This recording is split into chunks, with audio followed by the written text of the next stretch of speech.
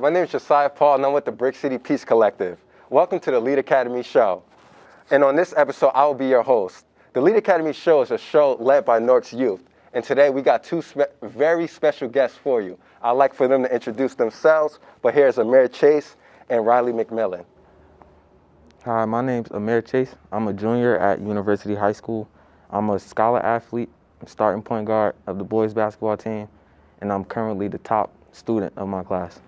Hi, I'm Riley Mcmillan. I'm a 10th grader at University High School. I'm a member of the girls volleyball team. I'm an honor student with a 4.4 GPA.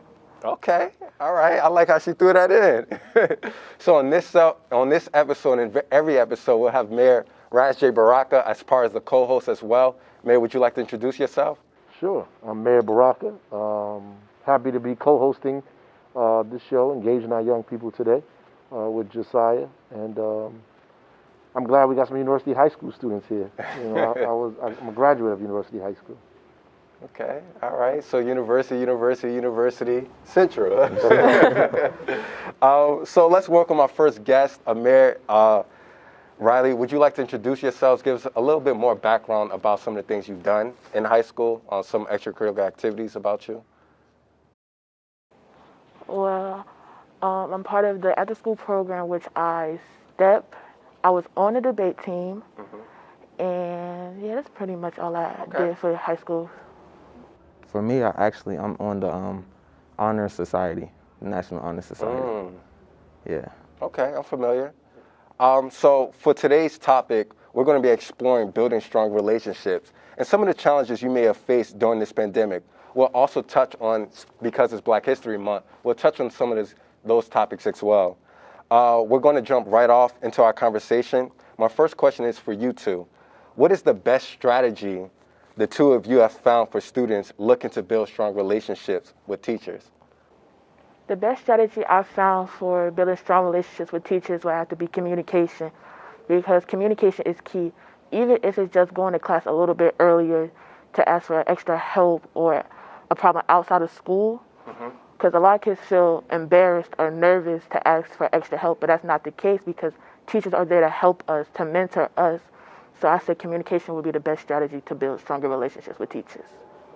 The strategy I recommend is just showing effort, like just showing that you want to be there and showing that you're showing hard work towards the teacher. That gives a good expectation for you and others. Now, how does this work though? Like, we're in a pandemic. And I'm saying that because I'm a graduate student. And for me, I can just turn my camera off. So I really don't have to intervene with my classmates or even my teacher. How do you still build these relationships with a teacher or even your own peers? It's virtual. Showing effort, it's still it's hard because at our school, you turn your camera off, you either marked as absent or you just not participating, and it's really hard. And you get distracted fast because you're home, and there's a lot of things that could bring instantly get your attention, like you got your game or your phone or anything going around in your house, and it's really hard. I'm still going through the process of trying to stay focused, but. So that social aspect, 10th grade, 11th grade, in comparison to when you was a freshman, sophomore, and a freshman, you got to see your friends every day.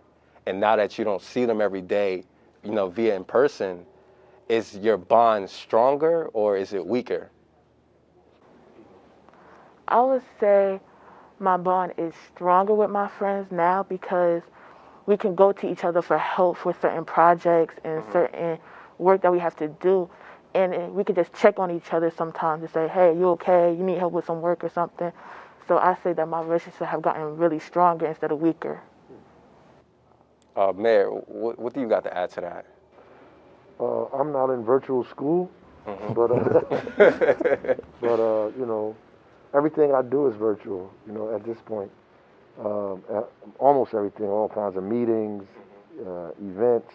So I understand what's being said here. And there's been a lot of things on national TV, people getting caught with the camera on and it shouldn't be on, the mic on and it shouldn't be on, saying things they haven't been saying, doing things they haven't been doing.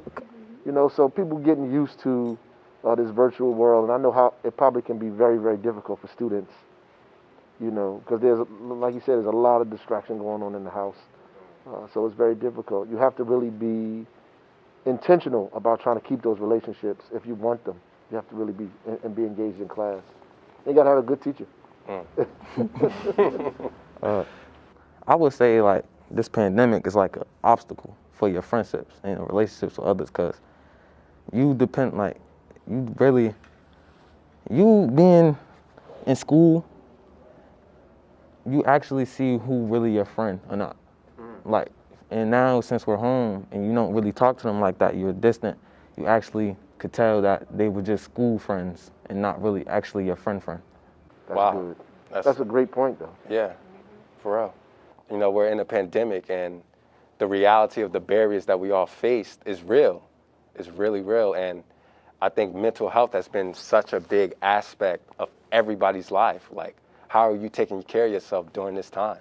Like, how do you take care of yourself?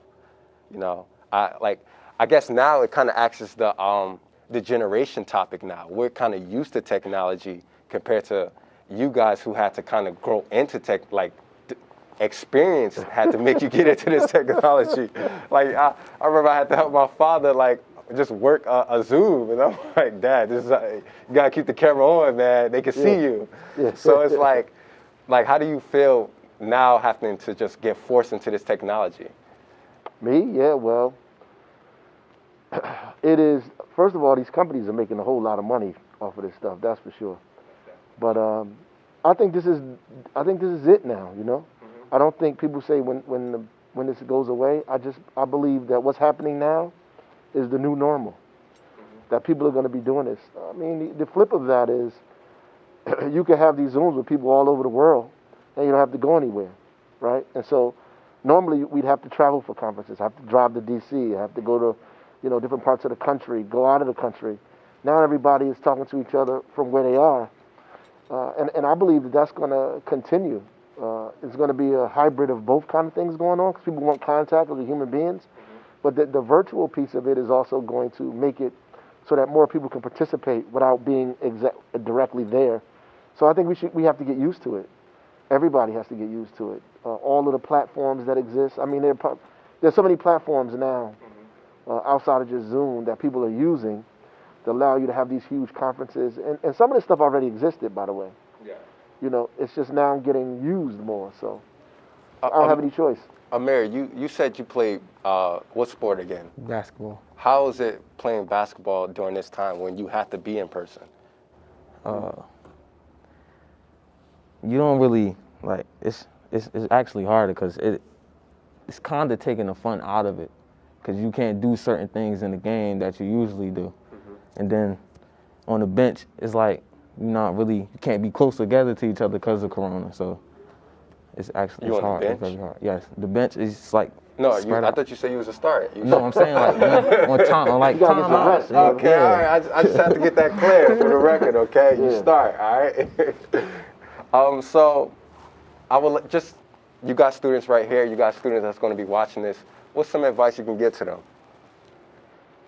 I would say you should take a lot of time for yourself right now, just for mental well-being. You're just going and going and going. A lot of adults are just going and going and going and not stopping. And I would say, you have to take a breath. There's a lot going on right now. A lot of things that are happening for you and your family. All of the connection is not there. And so you take time. I would say, do some self-improvement stuff. Focus on things that you need to get better with yourself. A lot of meditation, prayer, whatever it is that you do. It's individual time. You don't need to be with everybody all of the time.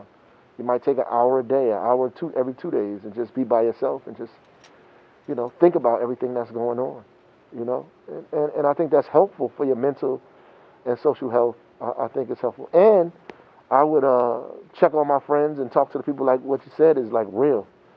There are friends who you get to see who is really with you and who's not, and who's want to help you go forward, and who is just hanging out with you in the cafeteria, right? And that's for adults too. Like, during this time you get to see who's really going to be supportive of you in these difficult times, and who's just going to run and hide. So this is very important to just pay attention to what's going on around you. Self-development is key. I think really you said everything. I was going to ask you guys the same question, but sometimes when it's said right in front of you, you just got to bear witness. It's important for us. I think really the pandemic is happening to everyone. Let's always remember that. We're all affected by it, regardless of, you're in leadership. You're in the highest leadership in the city of Newark, and he's affected by this. There's nobody who can avoid what the grip of this pandemic does. And if we're not willing to take in self-development, then really how far can we go? You got to look at that man, that woman in the mirror. To go back into school, name one teacher that had a lasting impact. We always have that breakout star teacher that said the right thing to you. Now, before I ask you that question, I got to talk about our relationship. He definitely was my principal at Central High School. I could tell you a story or two. And the one thing, I transferred into Central, and I saw two different leaderships. And it's so important. Like, we never talk about the leadership in the school system. And to be honest, I've seen different leadership in phases with our mayor as compared, mayor, principal. He was not more so a teacher, but a principal is the teacher for everybody, really. And when you look at that from my eyes, I just understood the need and some of the things that, other students go through. And strong leadership matters. That impact person who's the first one on the microphone, talking to the students, telling them what they did wrong, telling them they should never did it, is important. Who's that breakout person for you two? Well, all my teachers, all my mentors, all had a lasting impact on my life. But one teacher that I could say has really, truly changed me would have to be my methods of teaching teacher, Mr. Snowden, because I feel as though I could go to him with any problem that I have, personal or in school related, and I just appreciate him being in my life. So wait, Mr. Snowden, did he go to Central? Yes, he did. So he went. I do. I remember. I didn't have him as a teacher, but the students definitely complimented him a lot. He also wasn't. Doesn't he have relationship? He was your prince. He was a teacher under your guidance. He was. Okay, cool. Yeah. Duh. For me, I would say all my English teachers throughout my time in school, because like in other classes, they just, in my opinion, they just throw work at you, and they don't really, it's not really like a connection with it. So like, but in English, you get to share a lot of your point of view on things, and and you get to see other people's perspectives on it, and that's actually like, it's more interesting in those subjects. Yeah. I have a question. How do you get kids more engaged in school? Because a lot of people are disengaged. Like and the pandemic has made them even more disengaged. Like they're just like, oh, whatever. How do you think, what makes you engaged that you think other kids need to, that we help us get other kids engaged? For me, I just feel, I just want a better life for me, myself, and for my family. So me staying focused in school, doing my work, doing the best I can in school, I feel as though that could get me far in life and get to help any and everybody that I can. That's real. What I would say is more discussions, because a lot of kids are not good with work, has being thrown at us all the time. Some of us like just to talk about it, have discussions about news and new problems that are occurring, because we know what's going on, and sometimes that when you don't say nothing, it makes us seem like you don't think we understand what's going on. Right. So we like to have discussions in class just to have our opinions expressed too. So that's how I say we can have more kids engaged. They need a big Tuesday. Definitely need that. So let me further push that. The content. How do you feel about the content you learn in your school? Like, do you feel like the curriculum is geared for you? Do you see yourself in that curriculum? It's some subjects that I'm really not interested in. But it's like, I feel as though it should be more subjects based on like about life, really. Like, it's some people that don't know how to cook, don't know how to do things for themselves, but I feel as though they just need to put that more in for people like to have a better understanding of what they do when they're on their own. Okay. That's good to know. Now, let's switch it. We got the students' understanding. Now, as a principal teacher, what was that relationship like when it came to, like, sometimes the you force the laws, you enforce policy, you make sure things is ran at a smooth pace. How is that in comparison to what you heard? How is it different? Making sure students have to meet a certain quota, making sure students have to understand, because sometimes development comes through time, and you don't as have a a lot of student, it. exactly. You don't have a lot of it. Well, I think the first thing is school culture. That's important. Like, if you can't change the culture of the school, then kids are not going to learn anyway. You might get a few because they have, this kind of intrinsic desire to succeed, no matter what's going on around them, right? But everybody don't have that. Yeah. Everybody don't have the internal fire that tells them, I have to get this done. In fact, a lot of kids don't. The majority of the kids don't, right? Everybody is not super smart or just way behind. Most people are in the middle, right? They're somewhere in the middle of that. And you're trying to pull more of those kids over to the that side. And so culture is important. If the school is wild, if it's crazy, if it's disorganized, it's going to be difficult. If there's no good adult-student relationships, it's going to be difficult as well. And so you got to set the tone, and that's what I try to do. Set the tone in the morning, set the tone in the morning, set the tone when people leave, create other opportunities for kids so they can do the things you're talking about, talk about different things, be a part of social clubs, all of that stuff, because that's what people want to do. People want to be a part of social things. They want to get together. You just have to control that so it's positive and not negative, because kids are going to be a part of their own social groups. They call them gangs, right? So if you don't create social groups or other opportunities for kids, they're going to join the stuff that's available. You know what I'm saying? So you have to create other opportunities so you give them options to say, I want to be a part of this and not that. This is dangerous, this isn't. And just to give more back content, Central High School, at Central High School, they created what you would call like a high school fraternity. Mau Mau, EGO West, and these high school fraternities were an option for students to be a part of as well. I was a part of, I consider the best one, So, I ain't gonna do no more shouting, but it is what it is. Let's switch gears real quick. Now we know it's Black History Month. Let's just warm up into this. We're in the city of Newark, and we have definitely got a lot of Black-owned restaurants. What's one of your favorite Black-owned restaurants in the city? It's a little place on South Orange Ave called Roy's Fish Fry. Roy's Fish Fry, okay. Yeah, I've been there. Yeah. It's a place called Burt's by a gas station. It's also on South Orange Avenue. You know it's good when it's by a gas station. Is that right? As long as it don't taste like gas. I hope it don't either, but I don't know. They just got that. It's something special. Always getting cooked over there. Yeah. Man, what's your favorite restaurant? You got to try Nubian Flavor on Springfield Avenue. You got to try Blueprint Cafe. That's down on Raymond Boulevard, all the way down Blueprint Cafe. It's a nice ambiance and the food is good. And if you're into vegan stuff, Blueberry Cafe on Central Avenue, all the way at the top, Central Avenue and 10th and 11th. Okay. Yeah. Yeah. The one I go to Vonda's Kitchen. I gotta give it to them. I gotta give it to them. Too. I gotta go once in a while because if you eat that, I start gaining too much weight, bro. Definitely right about that. So now that we broke into that question, I definitely want to switch gears. I know you guys are high school students, and you definitely gonna be thinking about college. Are you two interested in attending HBCU? And that content, I know the mayor went to Howard University, his brother as well, and even bigger content, Camilla Harris, who is our vice president, also went to Howard University as well. What are your two thoughts about HBCUs? I would recommend going to HBCU only because, I want to get the experience to learn about my culture and, to get more information and more things I didn't know before that I could learn there now.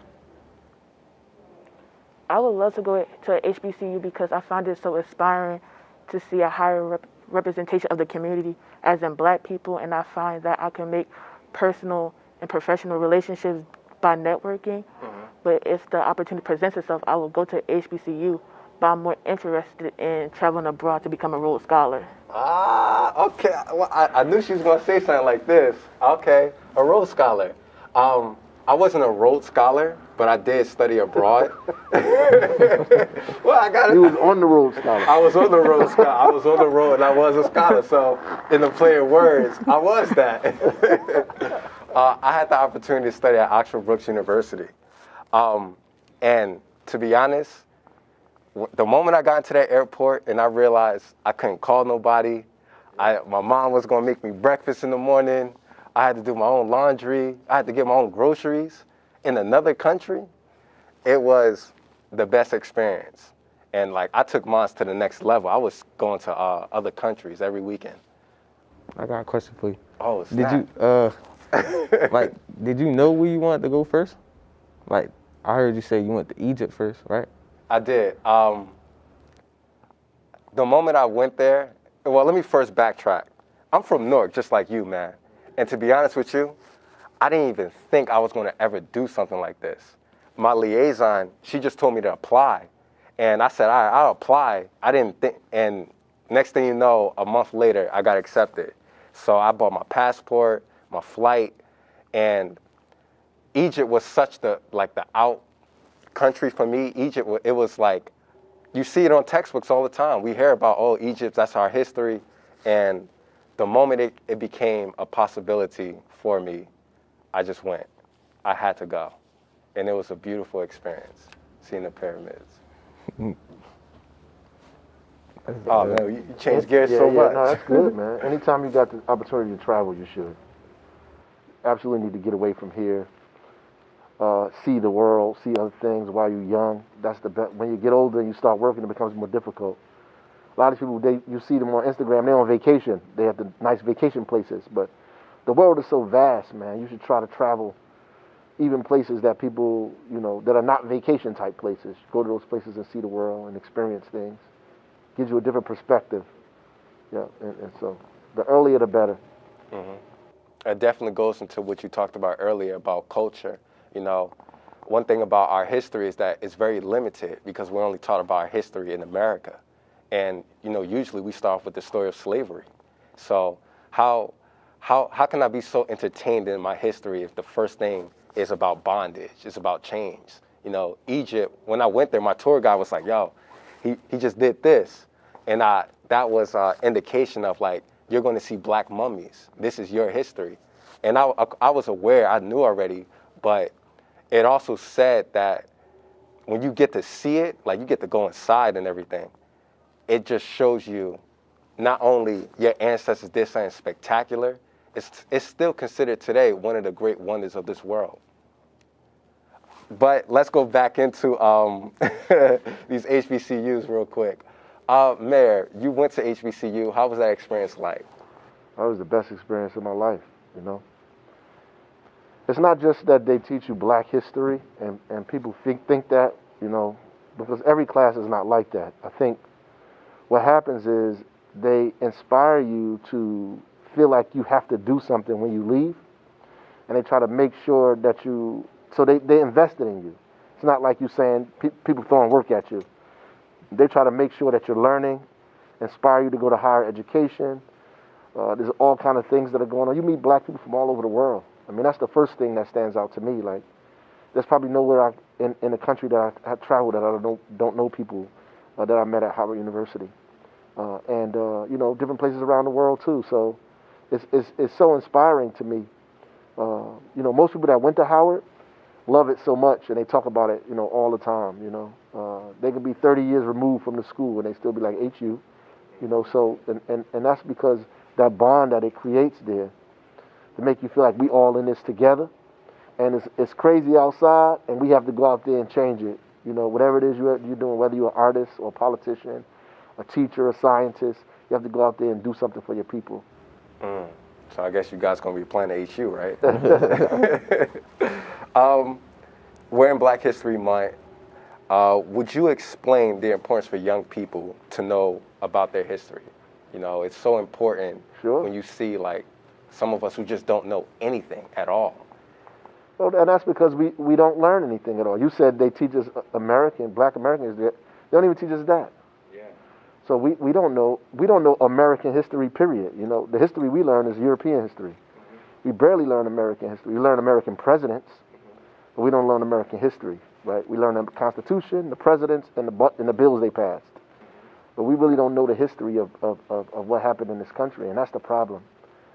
And so if you have to know your roots, where you come from, who you are, where you belong, your relationship to the world, and it empowers you, it gives you strength to do almost anything you want to do. And people can't lie to you. You know, they can't tell you stuff that you know is not true. And once you have this kind of pride, you know, it helps you to learn more. In fact, you want to learn more. You get the feeling that this brother has, but even more so. You want to learn more, and you want to do more. And that's what's important. It's a shield. You know, it protects you in a place where people are trying to hurt you. That's good to know. Thank you. And hopefully that's inspiring for you too as well. You know, I don't know what type of conversations you have with your students and classmates, but the reality is that we have to know. Not knowing us allows us to make the mistakes and repeat history. And we can't be in these situations. That's called lost time. If time is motion, time is moving, it's progressive, and we have to be progressive in our lives. We can't lose time. That's something we just don't get back. It's impossible. I definitely want to first thank both of you two for attending. It's an honor and it's a pleasure that both of you was able to come. I just want to thank you two again. Amir, Riley, it's an honor. Mayor, as always, it's a pleasure to have you. Nice to meet you guys. You know, I used to coach basketball at university too, right? I was a basketball coach over there. So this is all the time we have for our very first episode. Thank you guys for coming. Thank you, Mayor. Everyone watching, stay tuned for our next episode premiering next month. Until then, feel free to reach us at BCPC in the Mayor's Youth Office. See you soon. See you again. All right.